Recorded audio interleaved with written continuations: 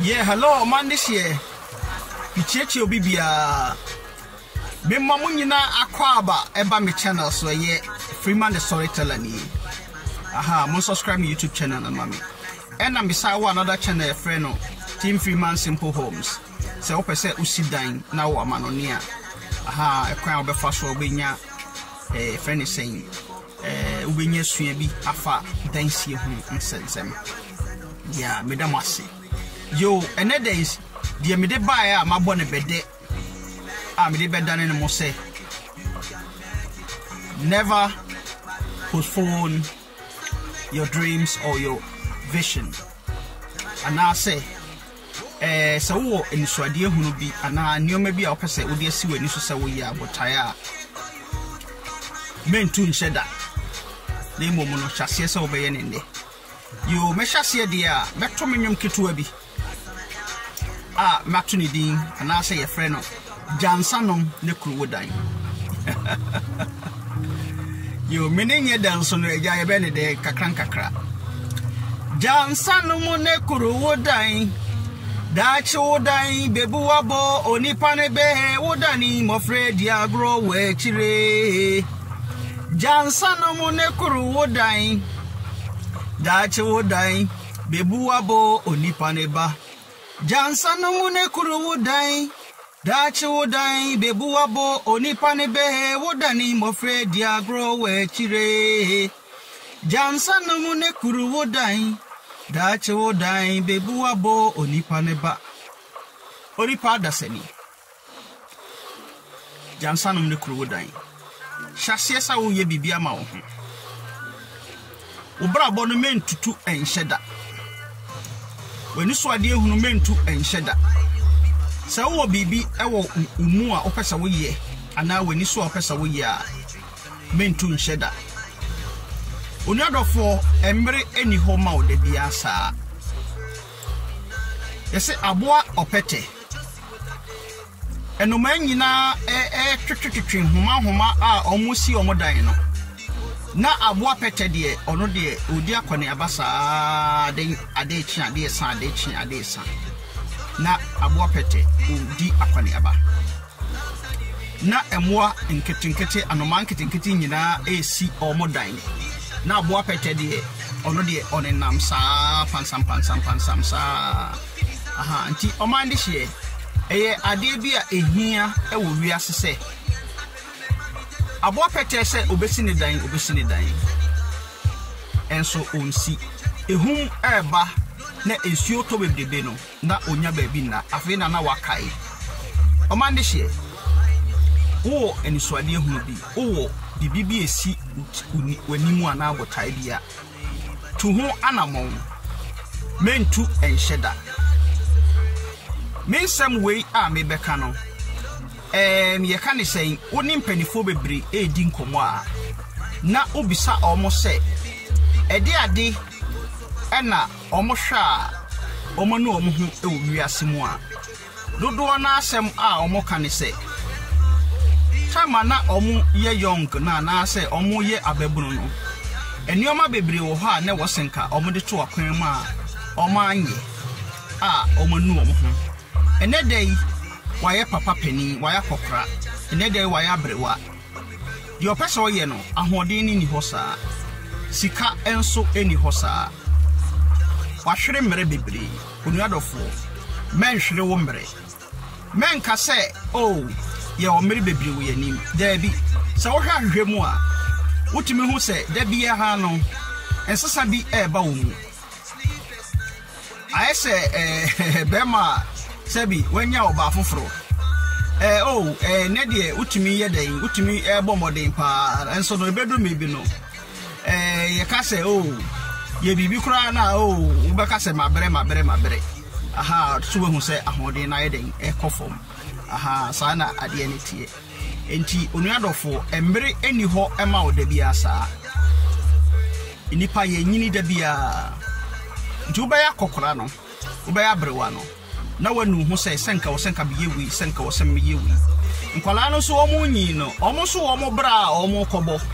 so ho nti obi wo ha afi na odi nani ato ne maso se dabi enisa wo de wani to maso e wo se wo bo bra wo dwen wo daachi ho o ma no so tumi boa wa daachi a eye na emomo no memfo wani enyina ento wo ma no so ifiri se omo so ebenya ehaw foforo omo so nyi ni nyina omo so be ware na omanya ehaw foforo enti memfa odaye so ne obibia ento se meba ene beba benyi ahwe me South Africa for sa ebibremu man sa ya dwen no ye mindset na enye mindset papa aha oba no ono so be ware ono so be kwaware mo ono so benya different problems enti no eni se ode obibia betu nsim se me ba no so beba benyi ahwe me e wo se wo daachi utu ho anamo ene enti oni adofo se wo wani so ade ehunu bia mesrew asema me kan mbadwen bafo ayese joke die enso no enye joke se woni mpanifo etena se na woni omudi nkomo a omo be ka kirew nioma bia omaye a omahwere domhwere bibiri oni adofo embiri ni wani mbebiri akakakra na wontimi nante na sikanso ni ho na nkwala no so anyinyi na omo so bo omo bra na omo so wo omo ni so ade ehunu foforo bi omo ntimi mboa wo nti onu adofo enna wo ye baburu no boa wo ho wo ni so ade ehunu bi a bentu nheda wo bibi ye na afie we mu a hyase ne menka se me hyase echena no duru ho a echena na nso be kyerɛw de wo se wo ye ene die ne ubetimi aye ne chena eduru ho a echena no so akyerɛw de wo se wo ye wo hu time don hwere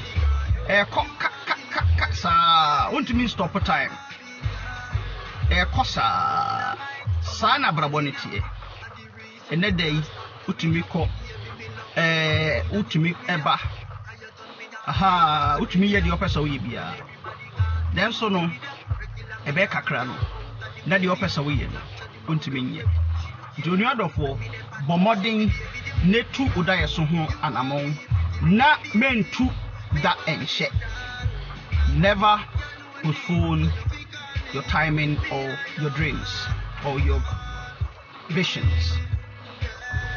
emeria ewo wani mu no eno so sa sede ubenyi a ubenu ho no na afei odi akohye se bia me nkwala na ememra mehwemi da bi ewo se oba obra se o plan se dachi bi no eden na won so waye atu wani mu a ebetumi aboa wo na emomu no nkwala no memfa wani ento wo so too much se omotumi boa wo a ni nyina eye den so no wankasa mentu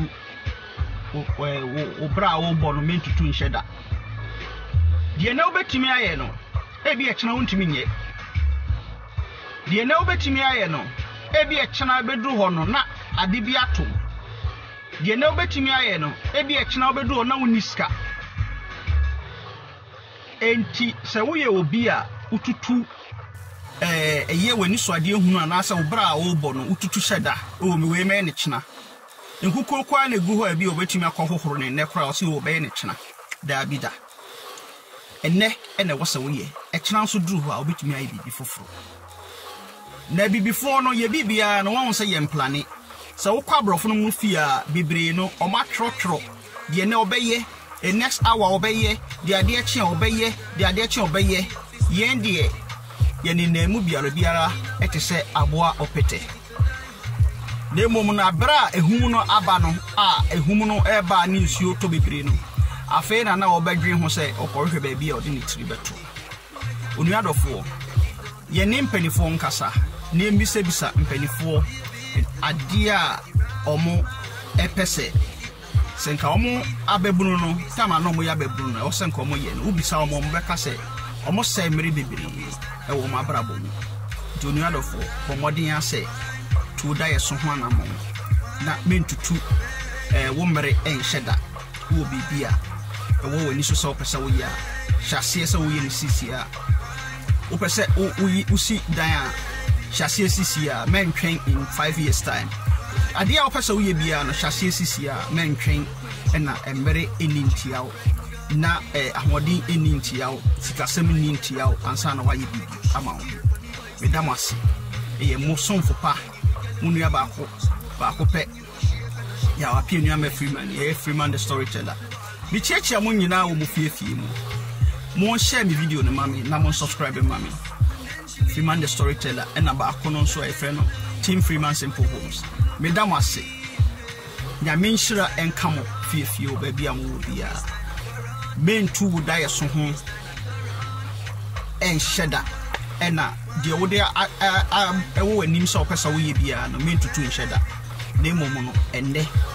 hyase ese de opesa wo ye bia no betumi nya wo ya brewa ana akokora one regret ana se wo enye no hu medamase bye bye